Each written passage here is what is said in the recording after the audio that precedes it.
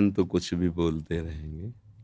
अभी मंदिर जाना या कुछ भी सत्कर्म करना नई खेती है, पर माल तो पुराना ही खाना पड़ेगा। अभी जो पूर्व स्टॉक है गोदाम में वही चलेगा। फसल आगे वाली जब आएगी तो उन जो भी प्रश्न करें कि मंदिर जाते हो तो क्या हुआ, तो किसान पहले खेती तैयार करता है, फिर बीज बोता है, फिर सिंचाई करता है, महीनों सेवा करता है, खूब पैसे लगाकर उसे बल प्रदान करता है खेती को। फिर जाके जब राशि का समय आता है, जैसे निकल गया, अब 1 मन गेहूं बोने वाला 60 मन गेहूं उसी से काट रहा है। अब जब 1 मन गेहूं फेंक दिया और दूसरे दिन उसके पास रोटी के लिए नहीं, अब उसे कोई उपहास करे कि बेवकूफ़ है ये, फेंक के आया 1 मन, कम से कम पिसवाता तो 1 हफ्ते चलता, क्या करेगा वो 1 मन। तो चुप रहो, 4 महीना चुप रहो, इसके बाद वो 1 मन 60 मन तुम्हें जब देगा तब उसको बताना कि ये देखो 1 मन फेंका था, अब 60 मन आया है। तो अभी आपका मंदिर जाना, भगवत आराधना करना, ये नया कर्म है।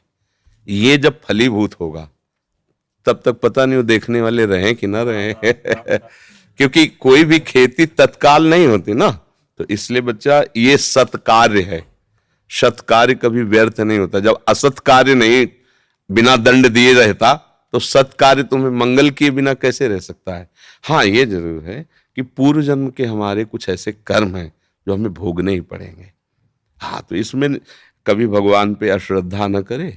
हाँ, उसको जैसे हम कई बार सत्संग में सुनाया है, उदाहरण से बात समझ में आ जाती है। 1-2 मित्र थे, स्कूल में साथ पढ़ते थे, जब थोड़े सयाने हुए तो एक गलत मार्ग में चला गया। धनी घर का था, शराब पीना, वैश्यागमन करना, जुआ खेलना, बस ऊट पटांग गनत। और एक था गरीब घर का था, वो गंगा नहाना, नाम जप करना, मंदिर जाना, ऐसे शुरू कर दिया। अब जो जिस मार्ग में चलता उसमें उसकी और बढ़ोतरी होती, वो और गंदा, ये और भगत। तो इसने ब्याह भी नहीं किया, नाम जप, और वो तो मतलब जितनी गंदगी।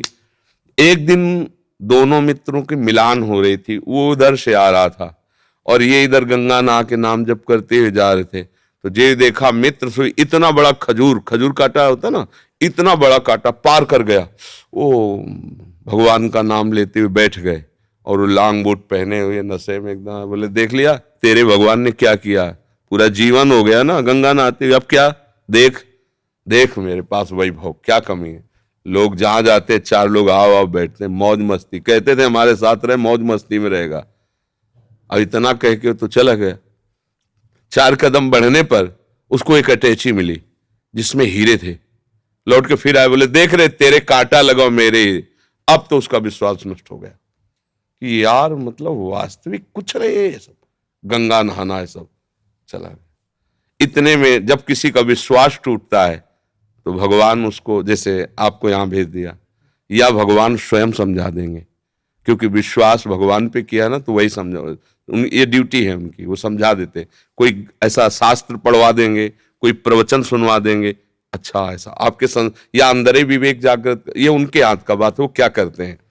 भगवान एक ब्राह्मण के रूप में वयोवृद्ध तपस्वी, अरे बेटा तुम्हारे कांटा लग गया क्या, राम राम। बोले नाम मत लो, पूरा जीवन हो गया नाम लेते हुए, हमको क्या मिला।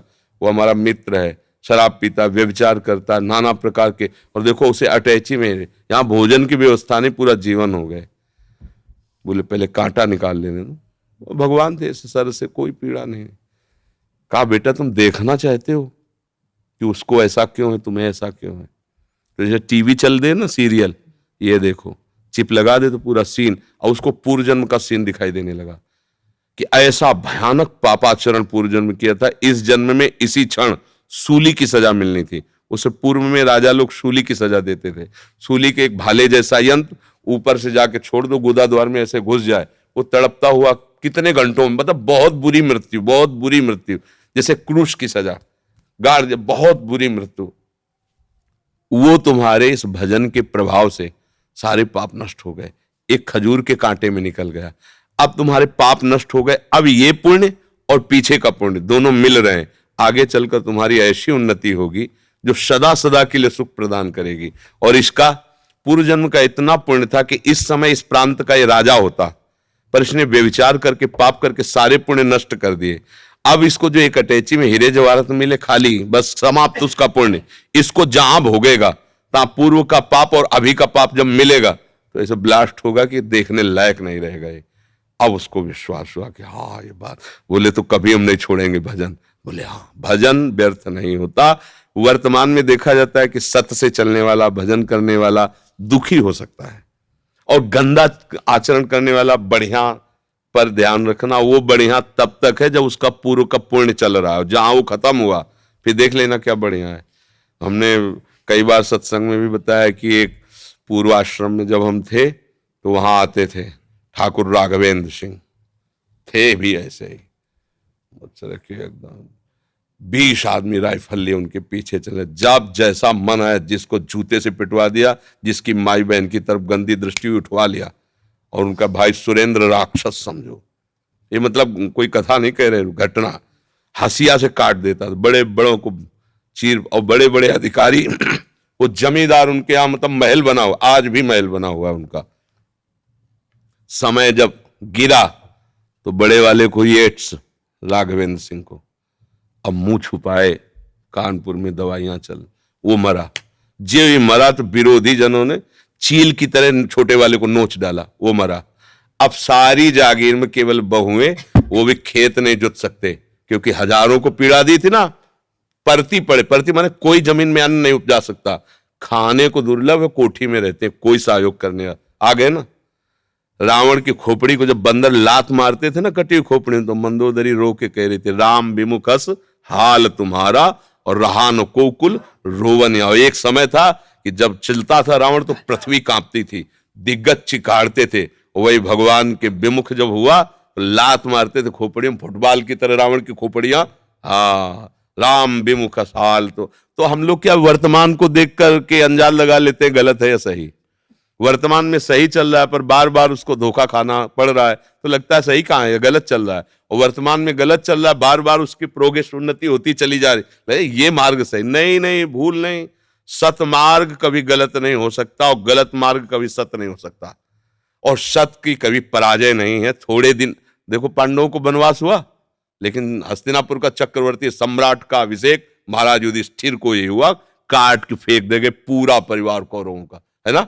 थोड़ी दिन के लिए दुर्योधन दुशासन सब फूल रहे थे, वो बेचारे कष्ट पा रहे थे वन में, लेकिन परिणाम भगवान श्री कृष्ण और धर्म जिसकी तरफ है, जय उसी। तो थोड़े दिन कष्ट मिलना कोई मतलब बुरी बात नहीं, परिणाम बढ़िया हो ये बात देखें। थोड़े दिन मौज मस्ती हो, परिणाम तो फिर परिणाम। अब मौजे मस्ती में तो जेलें भरी हैं, ये जेल काहे भरी है, यही भरी है। बुद्धि भ्रष्ट हो गई, गलती कर दी, आजीवन सजा, आजीवन कारावास। भैया कभी अपने विश्वास को विचलित मत होने देना, है ना। वो ऐसी शक्ति हमें देना दाता, मन का विश्वास कमजोर होना। कहीं से भी बात हो, अपनी बात, अये हे प्रभु मुझे ऐसी सामर्थ्य दो कि आपके प्रति कभी मन का विश्वास कमजोर ना हो।